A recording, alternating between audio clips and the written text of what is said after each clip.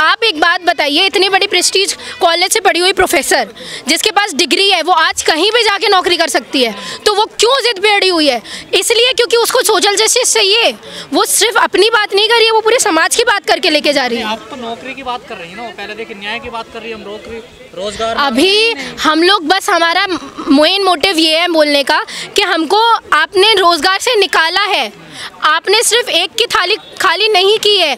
मास displacement हुआ है Delhi university में, बस द थिंग इज बाकी प्रोफेसर्स नहीं आते मुंह खोल के बोलने के लिए। कैसे भरोसा कर लिया आपने? इसी दफ्तर के बाहर, इसी गेट के बाहर अभी सब अब से 3 महीने या 4 महीने पहले आपके दलित समाज की बेटी थी अर्चना गौतम, आपने नाम भी सुना होगा, आपके आंदोलन में भी गई थी वो दिल्ली विश्वविद्यालय में। इन्हीं लोगों ने उसको मार के भगाया था, तब तो उसके समर्थन में नहीं आए थे। देखिए, आप मानो चाहे ना मानो, और हो सकता है इसके बाद नहीं देखिए, मैं आपको एक बात बता दूं, आप मानो चाहे ना मानो, या हो सकता है इनडायरेक्टली जो व्यूअर्स होंगे वो मुझे ये बोलेंगे कि भाई हो सकता है कांग्रेस के सपोर्टर अब बनते जा रहे हैं, बट द थिंग इज हमारे कांग्रेसी हो गए ना। नहीं सर, दिक्कत ये है ना कि पॉलिटिकल पार्टी जो अपोजिशन में सबसे बड़ी कांग्रेस है। हम लोगों से अपने लोगों से उम्मीद की ना, हम लोग चाह रहे थे कि हम लोग जाएं, हम लोग तो सबसे पहले गुहार अपने ही लोगों से लगा रहे थे ना, बट उनका प्रोटोकॉल मानने में, उनको जाने में, उन तक पहुंचने में हम लोगों को इतना समय लग रहा है कि उनके पास ही टाइम नहीं हमारे से मिलने के लिए।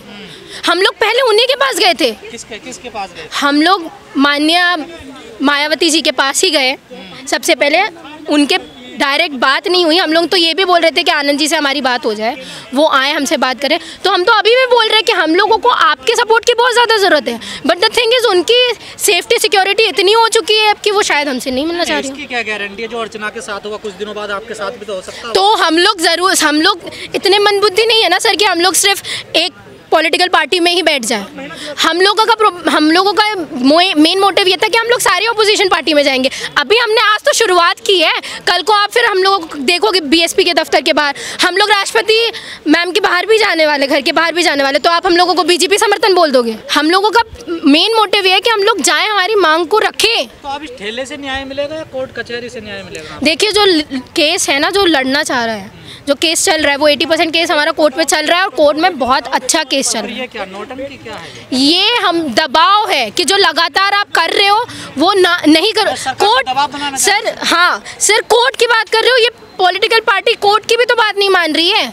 हाई कोर्ट ने ऑर्डर दिया कि जो डॉक्टर रितु का प्रोटेस्ट है वो वैसे ही लगेगा, बल्कि डॉक्टर रितु को आना चाहिए था ये एफआईआर लेके, जो दिल्ली पुलिस लेके गई कि वो बैठी हुई है, वो बाहर से लोगों को बुलवा रही है। लोगों को बड़ा कंफ्यूज हो गया ना विवेक साहब, अचानक से एकदम नौकरी की बात होने लगी। पहले आपका नारा था नौकरी नहीं न्याय चाहिए, तो लोग कंफ्यूज हो गए। सर, हम हो क्या रहा है? हमको न्याय चाहिए, आपने न्याय दिया?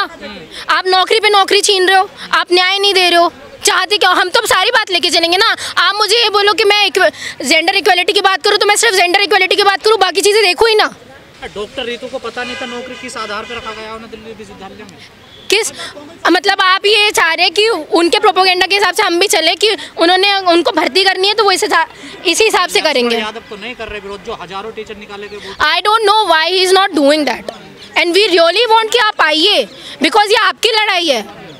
हम लोग SC ST, अनफॉर्चुनेटली मुझे ये बोलना पड़ रहा है और मैं नहीं चाहती ऐसी चीज़ बोलना, बट SC ST के कंपैरिजन में OBC उतना जागरूक नहीं है आज भी, और आप फेस हैं। लगातार जो आपके समाज के लोग हैं आपका साथ छोड़ते जा रहे हैं, आखिर क्या वजह है इस आंदोलन? मे बी शायद ये प्रोटेस्ट बहुत लंबा चल रहा है, इसलिए पीपल डोंट वांट कि ग्रेजुअल चेंज होना चाहिए। पीपल वांट इंस्टेंट वो चीज़ें, और इंस्टेंट चीज़ें नहीं होती। रिफॉर्म बहुत धीरे धीरे होते हैं, चेंजेस ग्रेजुअली होते हैं, और ये टाइम लगता है। इसलिए हम लोगों का मोटिव ये है कि आपको जितने दिन बैठना पड़े बैठेंगे। लोग कहेंगे कांग्रेसी हो गए, आप क्या सोचा है? भाई, अगर हमको कोई भी पॉलिटिकल पार्टी सोशल जस्टिस की बात कर रही है, वुमेन एम्पावरमेंट की बात कर रही है, हमारे न्याय को सुनेगी, दलितों के प्रॉब्लम्स को सुनेगी, तो हम लोग उनके पास जाएंगे। कांग्रेस क्या कर सकती है? कोई सत्ता में थोड़ा, ये सरकार में थोड़ा। ऑपोजिशन है ना, ऑपोजिशन है ना कि मैं ऑपोजिशन की बात कर रही हूँ, मैं ऑपोजिशन की बात कर रही हूँ, तो आपके दिमाग में कौन सा फेस आता है? मुझे आप ये बताओ, कौन सा फेस आता है? ऑपोजिशन तो है नहीं देश में, कब से आप देख नहीं रही हैं, सुन नहीं रही हैं? ऑपोजिशन नहीं है तो हम कुछ करना भी छोड़ दें? नहीं तो हम लोग एक काम करते हैं, घर में बैठते हैं जैसे सारे लोग बैठे हुए हैं। That's what you want I guess.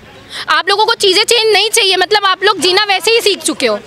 मतलब आप जैसे जीते आ रहे हो आपको वैसे ही जीना है, भेड़ बकरियों की तरह जीना है, जो गवर्नमेंट बोल रही है करना है। न्याय चाहिए, लेकिन भाई दूसरी तरफ मोदी जी कह रहे हैं भाई 140 करोड़ की जनता मेरा परिवार है, उसमें आप भी आती हैं। अब 140 करोड़ की जनता हो सकता है मंदिर मस्जिद में खुश हो भाई। मैम मैं आपको एक बात बताऊँ, एक टाइम था जब सारे के सारे लोग ये बात करते थे कि भाई वुमेन एम्पावरमेंट होना चाहिए, उस पर डिस्कशन होती थी इस देश में, और इस देश की मीडिया वो भी इसी चीज़ के लिए बात करती थी। कहाँ है वो अब? लोग मंदिरों में खुश हो रहे हैं। आप रिलीजन को सडनली क्यों आप रिलीजन को इस मोटिव से जोड़ने लगे हो, मुझे नहीं समझ में आ रहा है। Politics is another thing, religion is another thing.